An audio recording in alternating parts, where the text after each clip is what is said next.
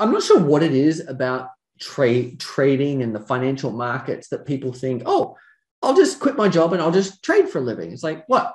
I'll just quit my job and I'll become a brain surgeon, right? It's like, no, you won't, because you'll kill a few people while you're learning, and then you won't ever get a job as a brain surgeon.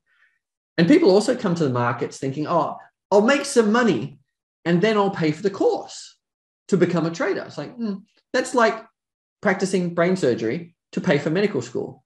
That doesn't work either, right? You actually have to learn first. And most people, when they realize they've got to learn, think, oh, it's too hard.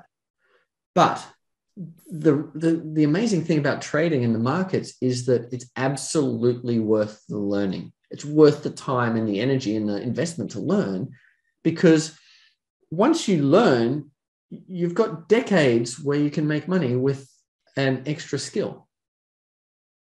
If I taught a trading system to someone, that might take a little bit of time, a couple of weeks, to teach them how to trade systematically and teach them that system, or a couple of months if they really want to get everything out of my head and learn trading. But then after that, they're independent forever. And you can trade. My trading takes 20 minutes a day or less, most days, in fact. And it doesn't matter if I'm trading $10,000 or $10 million, it takes the same amount of time. So it's amazingly scalable, which is beautiful, because it means you can keep growing your wealth, you can keep building, but you don't have to take more and more and more time. If you get a promotion at work, usually that comes with extra responsibility and more work and more hours and more stress. But trading is not like that.